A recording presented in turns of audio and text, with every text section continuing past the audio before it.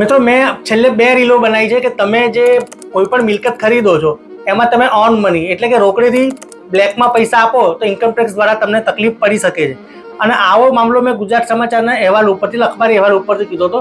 પણ મારા જ એક ફોલોઅર મિત્રએ એક મને ઓર્ડર મોકલ્યો છે કે જેમાં ઇન્કમટેક્સ ડિપાર્ટમેન્ટે અમદાવાદના એક રહીશ પાસેથી 44 લાખ રૂપિયાનો એસેસમેન્ટ ઓર્ડર બહાર પાડ્યો છે. અને આખો મામલો શું છે એ હું તમને જણાવું છું.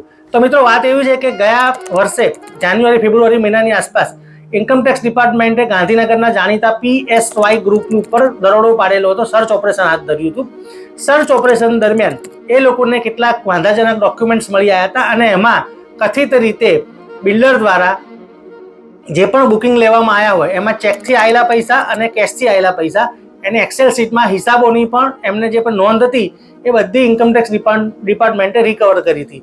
એટલે થયું એવું કે જે લોકોએ તેઓની સ્કીમમાં મિલકતો ખરીદી હતી એ લોકોને ઇન્કમટેક્સ વિભાગે નોટિસ આપવાની શરૂઆત કરી દીધી. અને એમાં અમદાવાદના એક રહીશ છે, નિવૃત્ત વ્યક્તિ છે, એણે એમનું જે ગાંધીનગરમાં એક સ્કીમ છે કોમર્શિયલ સ્કીમ, એમાં 2 ઓફિસો ખરીદી હતી. અને 2 ઓફિસોમાં એ લોકોએ અંદાજિત 6-7 લાખ રૂપિયાની એટલે પ્રતિ ઓફિસ 6-7 લાખ રૂપિયાનો દસ્તાવેજ કર્યો હતો.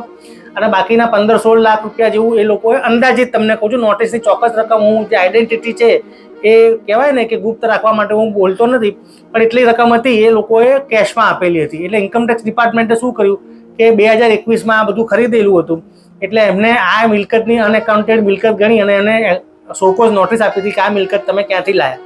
અને આ જે રહીશ છે એમને કોઈ જવાબ આપ્યો નહોતો. એટલે અંતે એસેસમેન્ટ ઓર્ડર બહાર પાડ્યો અને કીધું કે 44 લાખ રૂપિયાની તમારી ઇન્કમ ગણવામાં આવી છે, હવે એની ઉપર વ્યાજ પેનલ્ટી સહિતની કાર્યવાહી ચાલુ કરવામાં આવશે. એટલે મિત્રો, તમે આવી રીતે ચેકથી અને રોકડીથી પેમેન્ટ કરો અને રોકડીથી પેમેન્ટ કરો તો આવી રીતે ભવિષ્યમાં તકલીફ પડી શકે છે. આ રહી છે તો 2021માં ખરીદ હતું, અત્યારે 2025, તો 2025માં એમને આવો 3 વર્ષ પછી આવો વારો આવ્યો છે. તો તમે પણ જ્યારે આવી રીતે જ્યારે પણ વ્યવહાર કરતા હો ત્યારે ધ્યાન રાખજો.